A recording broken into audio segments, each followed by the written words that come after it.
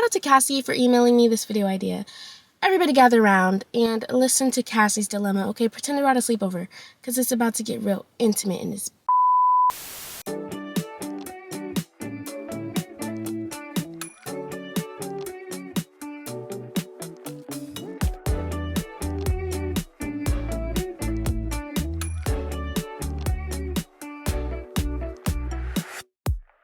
So basically, Cassie asked for advice on things a single person could focus on instead of immediately jumping into a new relationship. Raise your hand if you've been there. Yeah. And not to toot my own horn or smack my own ass or anything, but I feel like I am the perfect person to talk about this because this is pretty much what I focused on during all of 2024. And now I'm in a new relationship with an amazing guy, but if it weren't for that self-work that I put in all last year, I probably wouldn't be in the relationship that I'm in now. So I say all that to say, doing this work isn't just about keeping yourself busy, okay? It's about becoming a version of yourself that you actually love. And whether or not a new relationship happens down the line, you're gonna be fine regardless. You're gonna be thriving regardless. Not only are you gonna be moving on, but you're going to be moving up. Yeah, right.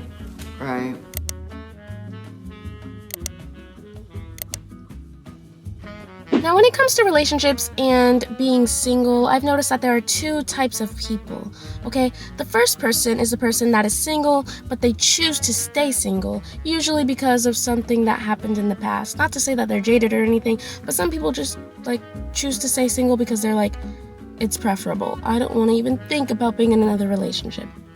Fair. And then there's the second person. This is the person that craves to be in a relationship out of desperation or lack or scarcity. I personally have been both of these people, okay? It's me. I've been both, yes. Yes. And after doing a lot of healing and growing and working on myself, I discovered that there's actually a third type of single person. This is the type of person that wants a relationship, but they're also completely at peace with their solitude, okay? They're not chasing, they're not settling, they're just grounded. Can you guys hear that playing? Please stop being loud. They're a little bit too loud. They're being a little loud. I was talking to my friend about this last night while playing Fortnite, and we were talking about how there's this misconception that you have to be perfect before you get into a relationship. There can be nothing wrong with you before getting into a relationship. You have to go on this self-love journey. But self-love is a lifelong journey. You're always going to be working on yourself to some extent. So to think that you have to be fully healed or to completely love yourself before you can get into a relationship, that's just unrealistic. Some of the things that you have to heal from, you can only do while you're in a relationship. And that's something that I'm actually realizing now. So I say all this to say, I don't want you to watch this video with the idea that I'm telling you to be 100% perfect or stop wanting love in order to finally receive it. I understand that you're human and it's okay to desire connection. I think that the main goal should be to deepen the relationship that you have with yourself. And is that a little bit corny? Absolutely. Well, yes, but it's also very transformative, and I think that it also just makes it 100 times easier to date in the future. Because when you like yourself and you love yourself even just a little bit, it just makes it easier to weed out the people that would not be good for you. I think one of the least helpful things that you could do is try to distract the pain of being single away by getting a roster or starting a fling with someone, having a fling, or forcing a new connection with someone when deep down you know that what you should be doing is trying to heal or work on the connection you have with yourself. You don't need a distraction, okay? You need a mirror. Clock it. You really need to sit with yourself and ask yourself, what do I feel like is missing in my life that I think only a relationship can fix? Whatever your answer is, I'm going to tell you right now, it's probably rooted in lack. And I say that because I was that person. I felt like I was always feeling incomplete. I was always looking for my other half. And I was kind of using romantic relationships as a crutch. I needed romance to an extent, or I needed some guy in my life in order for everything to feel like it was complete. But that mindset literally robs you of so much good that goes on in your life. I literally would overlook all the love from my friends, my family, or even my own company because I felt I don't have a relationship, so life could be better. Life will be better once I have a relationship. So I'm just gonna overlook all the other great things that are going on in my life right now. What do you say fuck me for? Which is not fair. It's not fair to your friends or your family or your own company. So let me remind you, okay?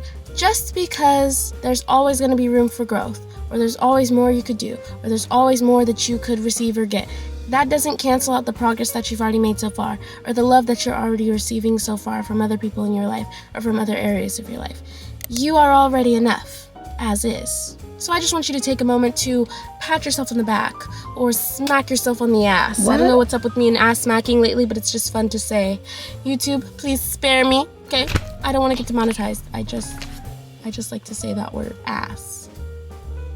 Now, the main thing I wanted to do during my healing was I wanted to start enjoying my own company. Like, I wanted to finally enjoy doing things alone and get rid of the relationship crutch that I was gripping onto for so long, right? Like, one of my friends, she actually made it a goal for herself this year to take herself out on at least like 2 or 3 solo dates a week, because she just wanted to get used to her own company and treat herself like she would her dream partner. And I feel like that's such a good habit to have. Like, you should be treating yourself like you'd want your dream partner to treat you. And solo dates are actually so powerful because it's you literally proving to yourself that you don't have to wait on someone else to create joy or romance in your life. Like, sometimes I will buy myself flowers just because I haven't done it in a while, but now I have a boyfriend and he'll just buy me flowers, which is nice.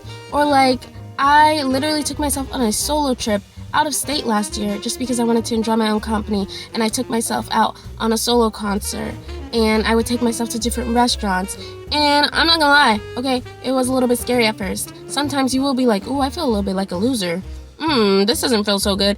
But then you like, that guy really walked by and heard me say sometimes I feel like a loser. That's embarrassing. What I meant to say was like, you gotta reframe that perspective a little bit. You gotta be like, oh wait, actually, hold on. I am such great company to have, and I am so lucky to be here with myself, and my friends enjoy my company, so why shouldn't I?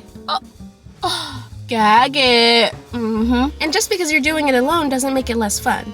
Like last year, in the fall, I took myself out on a picnic date, and I carved a pumpkin by myself in a little field. Could I have carved my pumpkins with somebody else? Yes, but I was also like, hold on, I'm also very fun to be around, so let me just do it by myself. And then I even took myself pottery painting because I wanted to enjoy my own company and get myself out of my comfort zone. And it was really fun. Once you understand that you don't have to rely on another person to enjoy your life, life just gets 10 times better. Like, now I have a boyfriend, but I'm not codependent or clingy like I was in the past, like with past relationships or situationships, because this is actually my very first real relationship, but like, I'm not codependent or clingy like I used to be, so it's a win-win for both of us. And it's also like, you have to understand that your partner, once you do finally get in a relationship, like, your partner isn't going to enjoy all the things that you want to do, nor should they enjoy everything that you want to do. You're not going to enjoy everything that they want to do or that they like, and that's okay, because you guys are two separate people coming together with like your own separate lives, so you shouldn't expect them to enjoy everything that you want to do. So I want you to grab a journal or go on your notes app and write out all the things that you would want your dream partner to do for you, all the dates that you'd want them to take you on, and then I want you to go ahead and take yourself out on those dates. Yeah. The reward is growth and a new experience, and I personally think that that is worth the temporary discomfort. I'm just saying. Now, if you're thinking, Tiara, I don't have any ideas. I don't know what I want to do solo. Here's an idea. How about you take your little ass to the movie theater, okay?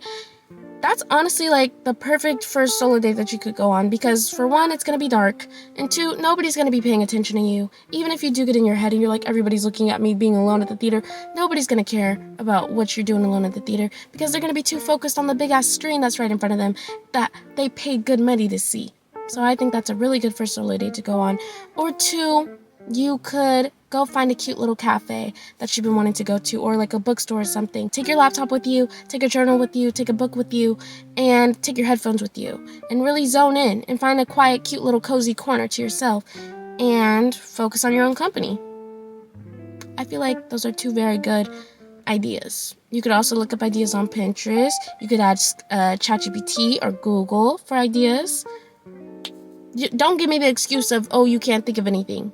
Don't piss me off. Just try to have fun with it, okay? And the more you do it, the easier it's gonna get. And if you feel a little bit awkward with it at first, just remember that you are literally a tiny speck in the universe. And at the end of the day, one day you're gonna be dead, and none of this is gonna matter anymore. So, Hope that helps. That's what helps me. I'm like, oh, someday I'm gonna be dead, so I might as well just do it.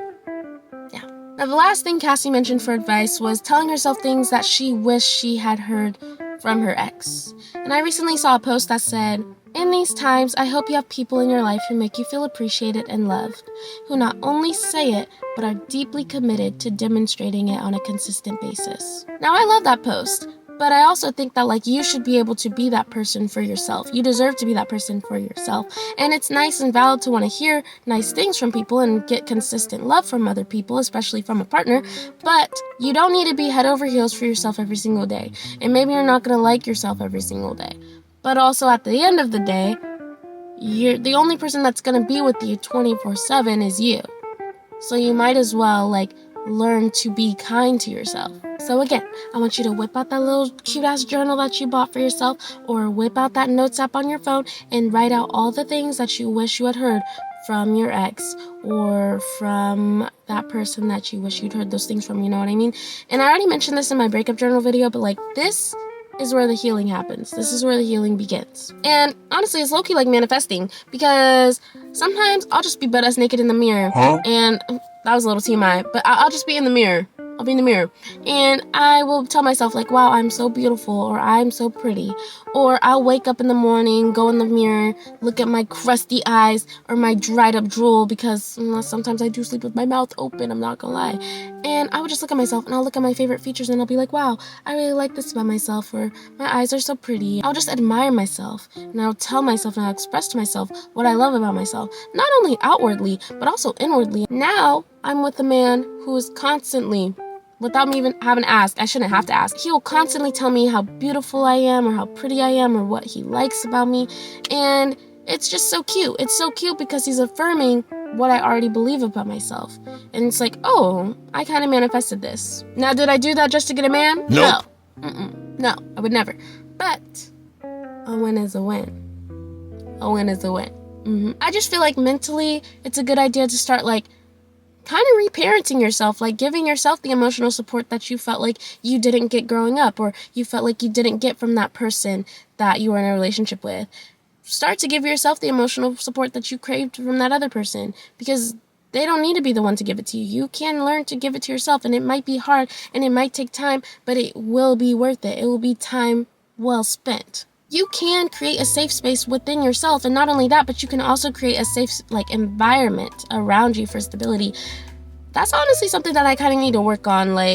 I might make a video on that, like a nighttime routine or a morning routine. No one has asked for that, but maybe one of y'all needs it, because I feel I need it, and the only way I'm gonna do it is if I make a video on it, so I'm probably gonna do it anyway. This is the year where we stop distracting ourselves, we start being honest about what we need, and then we actually start showing up for ourselves in the way that we wish someone else would, the way we wish that ex would, or that guy would, or that girl would, or that parent would. You know what I mean? This is the year where we start showing up for ourselves in the way that we actually need.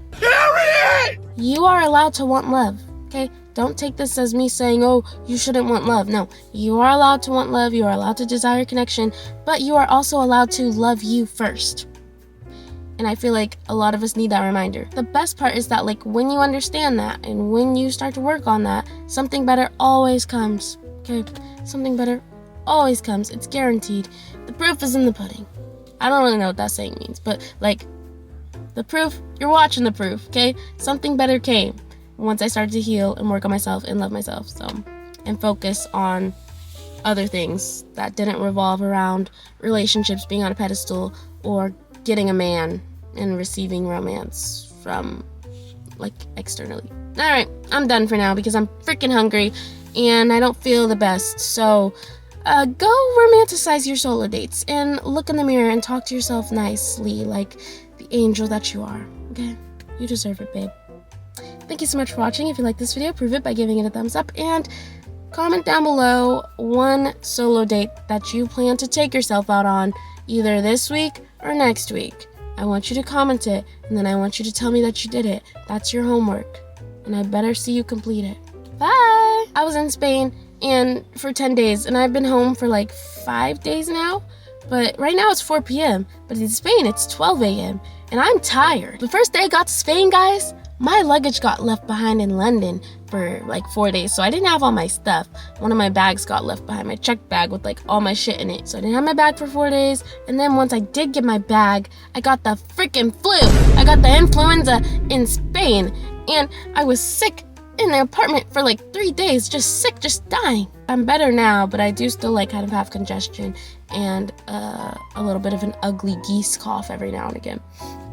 So sorry if this video wasn't giving how the rest used to give, but like hopefully next week the energy will be 10 times better. That's what I'm hoping for, at least. So yeah.